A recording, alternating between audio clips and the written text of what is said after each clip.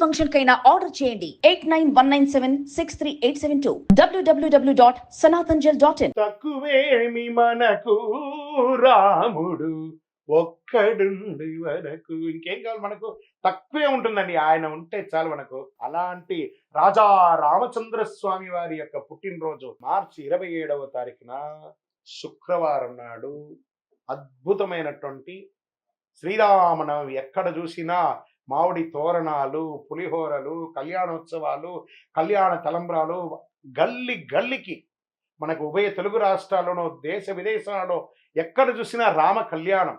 రామ కళ్యాణం చూడడానికి అందరూ పోటీ పడతారు. ఎందుకంటే ఆ తలంబ్రాల అక్షింతలు తీసుకుంటే మన జీవితంలో కళ్యాణం జరుగుతుంది. కళ్యాణం అంటే ఏంటి? అనుగ్రహం.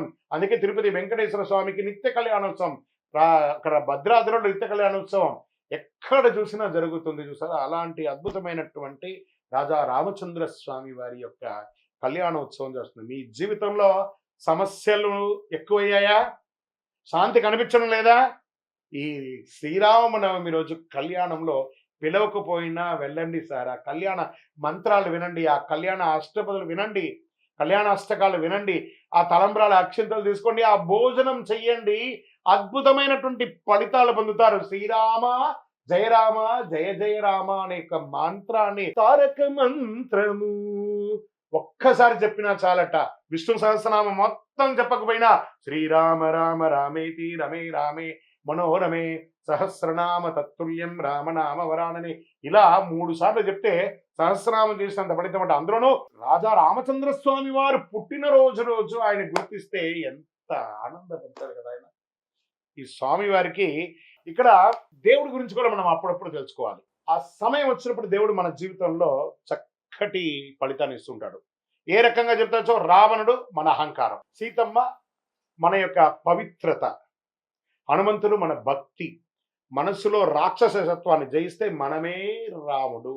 అలాంటి రాముడికి ఎందుకు కష్టాలు వస్తాయి? మనకు కోపం, అహంకారం, అసూయ, ఇవే మన సమస్యలకు మూలం. రాముడు చెప్పిన పరిష్కారం ఏంటి? సహనంగా ఉండండి, సత్యంగా ఉండండి, ధర్మంగా ఉండండి, ఏకపత్ని వ్రతం ఉండండి.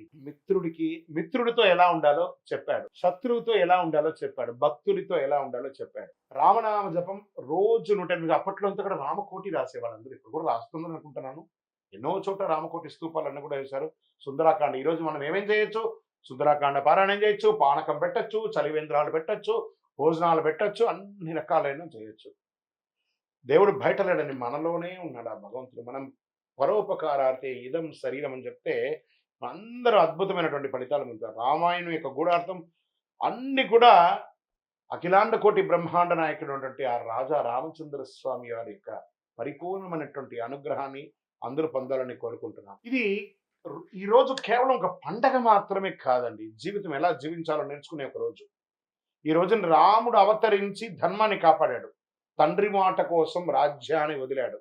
14 సంవత్సరాల అరణ్యంలో గడిపాడు. కష్టాలను ధైర్యంగా ఎదుర్కొన్నాడు. ఇదే మనకు పాఠం. సత్యం మాట్లాడమని చెప్పాడు.